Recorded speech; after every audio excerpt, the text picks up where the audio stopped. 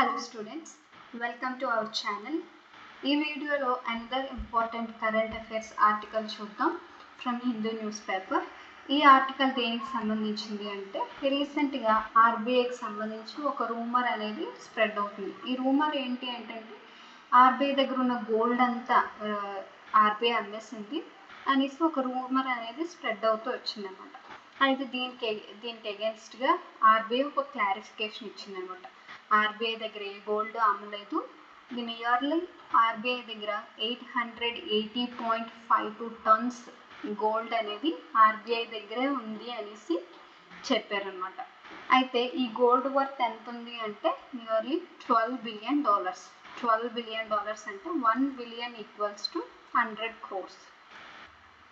ఇప్పుడు $12 బిలియన్ కదా, 12 into 100, 1200 plus 1 billion అంటే ఎంత, nearly 95. Approximately I am taking as 100.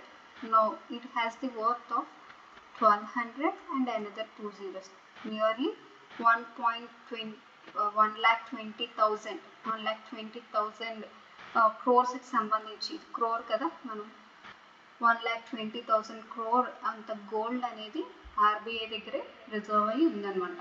880.52 turns. రీసెంట్గా ఒక రూమర్ స్ప్రెడ్ చేశారు, దానికి క్లారిఫికేషన్గా ఆర్బీఐ అనేది రిపోర్ట్ రిలీజ్ చేసింది. నియర్లీ 880.52 టన్స్ అనేది ఆర్బీఐ దగ్గరే ఉందన్నమాట.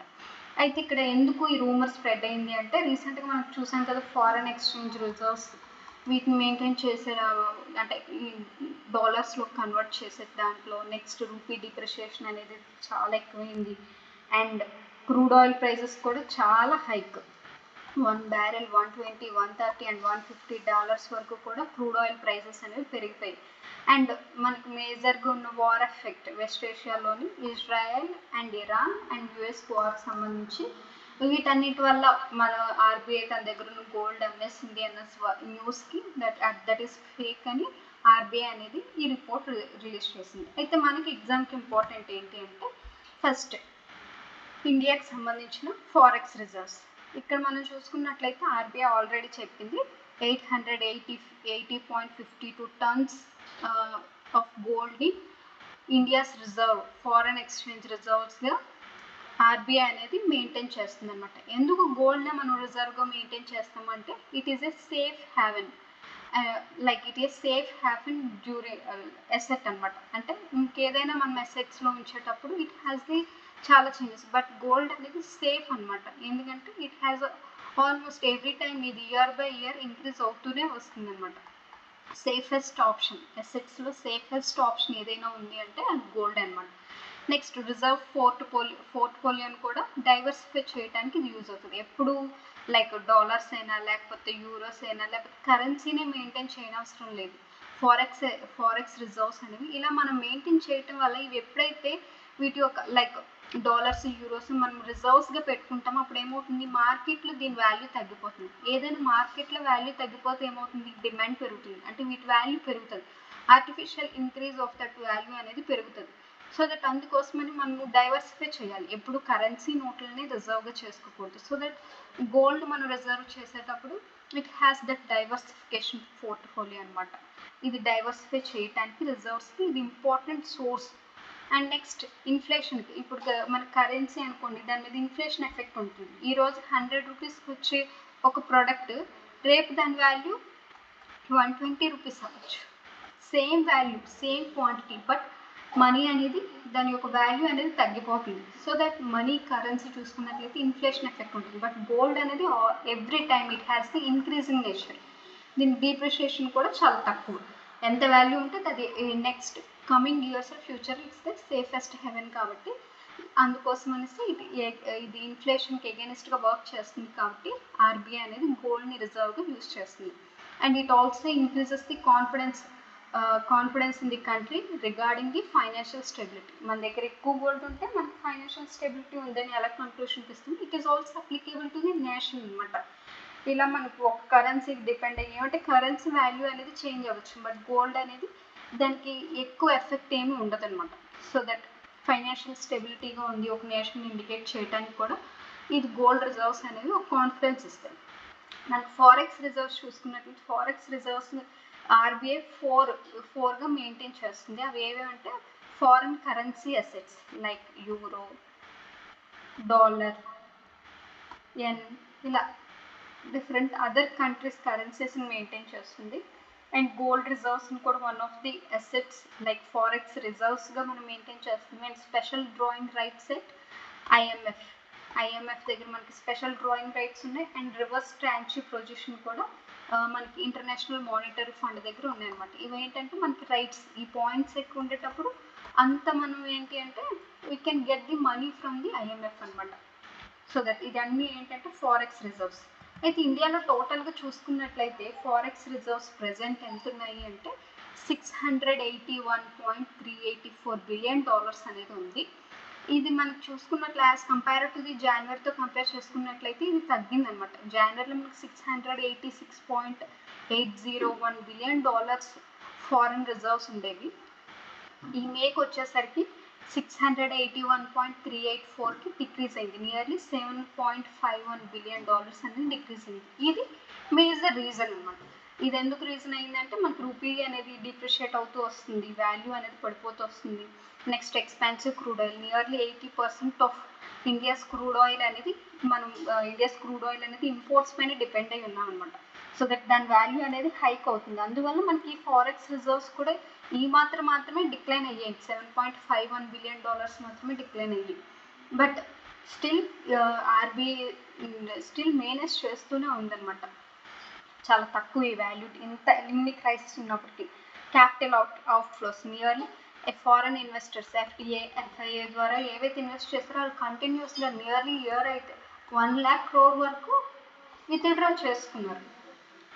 బికాస్ ఆఫ్ రూపీ యొక్క వాల్యూ డిప్రిషియేట్ అవ్వటం, నెక్స్ట్ ఇన్స్టెబిలిటీ, ఇవన్నీ రీజన్స్ అనమాట. Next US dollar always strengthening. So that మనకి రూపీ వీకెన్ అవుతుంది, యుఎస్ డాలర్ స్ట్రెంథన్ అవుతుంది కాబట్టి ఎక్కువ అవుట్ఫ్లో జరిగి యుఎస్ డాలర్స్ బయింగ్ అనేది ఎక్కువ జరిగింది అనమాట. అండ్ అనదర్ ఇంపార్టెంట్ ఏంటంటే మనం డెఫిషిట్లో ఉన్నాం, ట్రేడ్ డెఫిషిట్లో ఉన్నాం.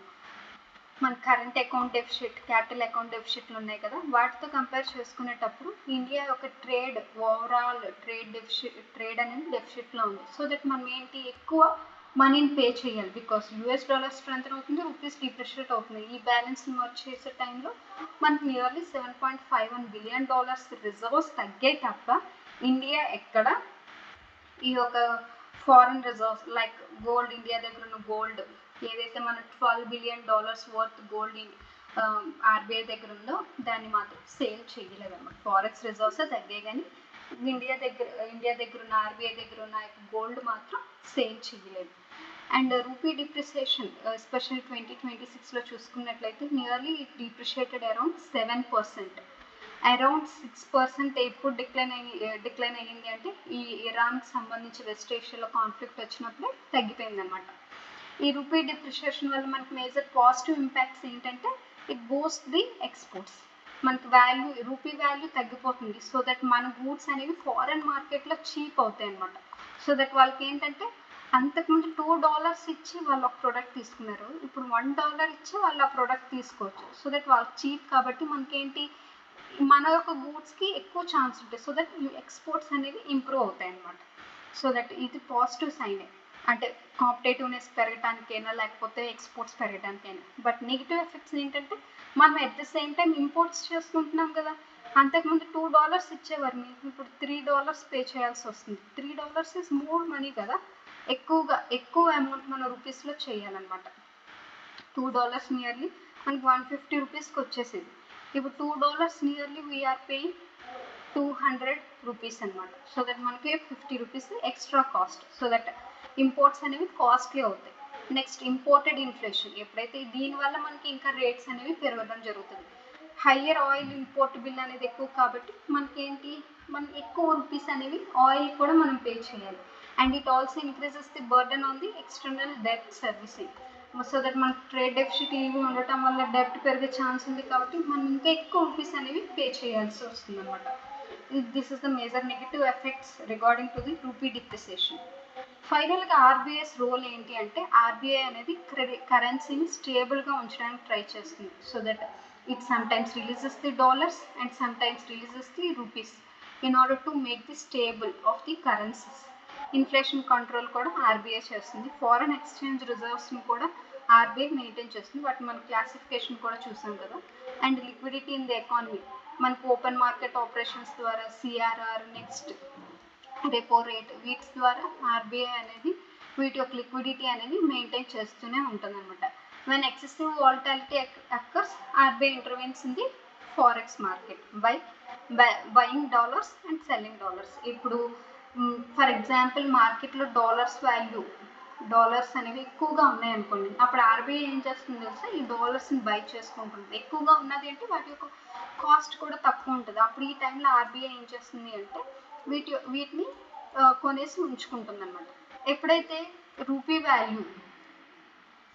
వాల్యూ డిప్రిషియేట్ అయిపోతుందో, లేదా రూపీ వాల్యూ చీప్ అయిపోతుందో, వీటిని పెంచడానికి ఏం చేస్తుందంటే ఆర్బీఐ మార్కెట్లోకి డాలర్స్ని రిలీజ్ చేస్తుంది అనమాట, సెల్ చేస్తుంది. సెల్ చేయటం వల్ల ఏమవుతుంది, ఎప్పుడైతే వీటి యొక్క రూపీ వాల్యూ అనేది డిప్రిషియేట్ అయిపోతుందో అప్పుడు ఈ టైంలో సెల్ చేయటం వల్ల బ్యాలెన్స్ అనేది జరుగుతుంది అనమాట. And conducting the swap operations, ఇవన్నీ ఎవరు చూసుకుంటారంటే ఆర్బీఐ చేస్తుంది. ఫైనల్లీ ఆర్బీఐ ఇచ్చిన క్లారిఫికేషన్ ఏంటంటే ఇది ఎటువంటి గోల్డ్ రిజర్వ్స్ని సేల్ చేయలేదు, but still we have the nearly $7 billion అనేది మనకి ఫారెక్స్ రిజర్వ్ తగ్గినప్పటికీ తన దగ్గర ఉన్న 880 టన్స్ ఆఫ్ గోల్డ్ అయితే ఆర్బీఐ సెల్ చేయలేదు. This is very important fact regarding the RBI. Thank you so much. Have a happy day.